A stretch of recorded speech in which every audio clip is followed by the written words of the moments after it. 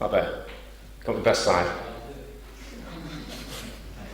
Good evening, welcome to New Horizons. If you do have a mobile phone, if you would like to put it on silent. Thank you. Right, massive welcome back to Steve Mera, Chairman of MAPIT, author, journalist, lecturer and contributing editor of Phenomenon magazine, with the moon landing mysteries. A new take on the alleged moon landings. Did all occur, as was documented, in the late 60s, early 70s, or are things not as they seem? Photographic and logistics anomalies not, in the opinions of some, adequately addressed, leading others to question if the trips were even made. The Van Allen belt question, to name a few. Steve tonight puts forward yet another angle, that of exotic technology, far more advanced than the Saturn V launcher, being used to transport men to the moon. Or not. Please welcome Steve Mera. I need to say it, can everybody hear me? I think they can hear me across the road now, can't they?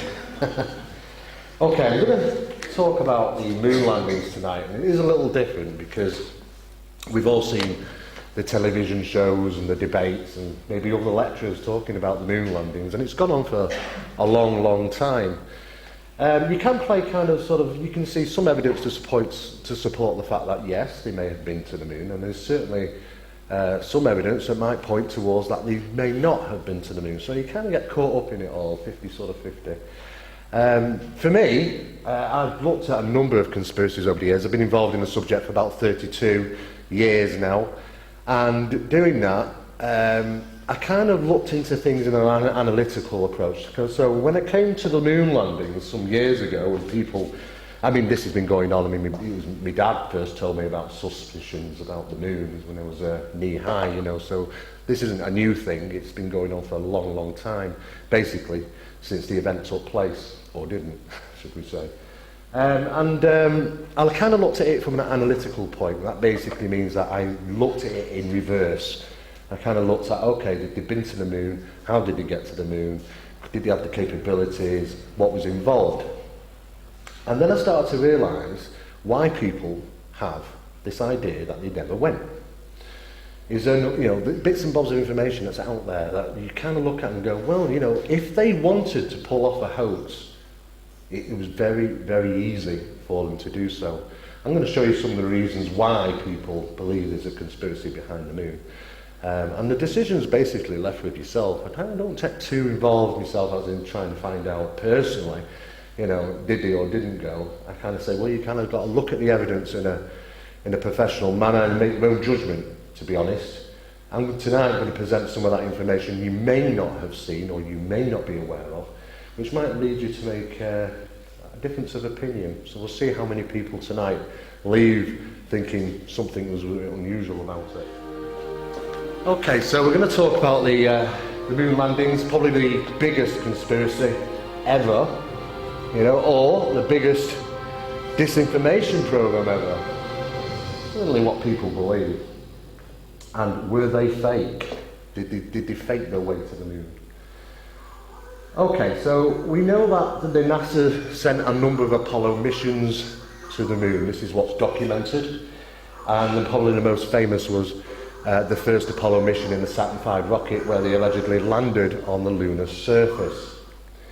Now, there are a number of theories regarding this. The first is NASA did send astronauts to the moon exactly as they said, and as is documented, or NASA have never sent any astronauts to the moon, period. Kind of throws in a third one here. NASA did send astronauts to the moon, but not when they say they did, and not the way they say they did it. This is kind of a new approach to the idea behind the moon landings. More and more evidence has come forward to suggest, okay, if they did go to the moon, maybe they didn't go exactly as the way they said they went. But can they tell us the reasons, behind that? Can they tell us, how they managed to do that? And unfortunately, maybe that is the reason why, we're kept in the dark about. NASA could easily prove the fact that they've been to the moon. They could come out with plans, documentation, further videotapes that were never released. Unfortunately, all the files, all the documentation, apparently have got rid of. They threw them away. Greatest achievement mankind has ever done, NASA threw them away. Allegedly. Apparently, that's what they stated anyway. Okay, so this will give you a little bit of a rundown of what we know about the Apollo program and Apollo 11.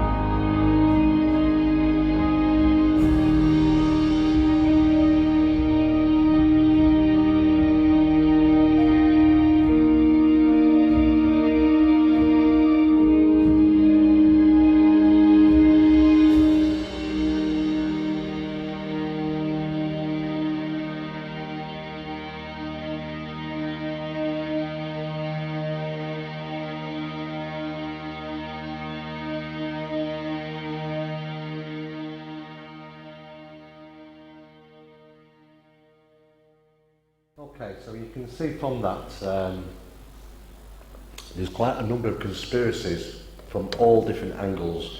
And the reasons why these conspiracies are basically born is through the process of finding errors or finding suspicious photographs, even statements by NASA, astronauts, and of course conspiracy people that really think that they didn't go to the moon kind of latch onto those things and start putting two and two together and working out for themselves maybe they didn't go. So just basically I wanted to show you why there are so many conspiracies regarding the lunar mission. So what a lot of people think now is everything is regarding the fake lunar landings comes down to basically the orbiters and the lunar landers. Long before man had set foot or not on the moon, we had a multitude of orbiters. Most of them were Russian to begin with, because the Russians have led space exploration for many, many years, and eventually the USA kind of caught up with them. But they were certainly leading pioneers in space exploration. And photography, lunar photography, may have been the initial thing of interest from the orbiters. And then, of course, lunar landers, which obtained analysis from rock samples from different locations, and even how the moon sounds, even how the moon reacts to anything hitting the ground, because on one event they actually ploughed in one of those orbiters straight into the moon, and apparently the moon rang like a bell. So there were suggestions that there is actually hollowed areas under the lunar surface. Could it have been volcanic at one time? There is a possibility. There are some scientists that believe that may have been the cause, and the empty lava flow chambers would cause this effect. But it's always a bit of a mystery. So what about the Russians? Well, the Russians led the way. You had the first satellite in space, the first animal in space, first man in space, first lunar orbiter, first lunar lander, first Mars orbiter, and the list goes on and on and on. And then everything seemed to change after the lunar orbiters and landers. And a lot of people question, well, why? Why has it all suddenly changed? What was the rush to either send man to the moon or pull off a hoax to say basically we went to the moon? It was one of the two. They either went to the moon or they pulled off a hoax. The proposed orbital path of Apollo 11. According to NASA, this is how the capsule would travel around the Earth and around the moon and spin back to Earth again. Did the final stage of Saturn V Apollo rocket take this proposed path, which is what they're stipulating. Now, conspiracy theorists think a very easy way of getting around this was to possibly orbit simply around the Earth.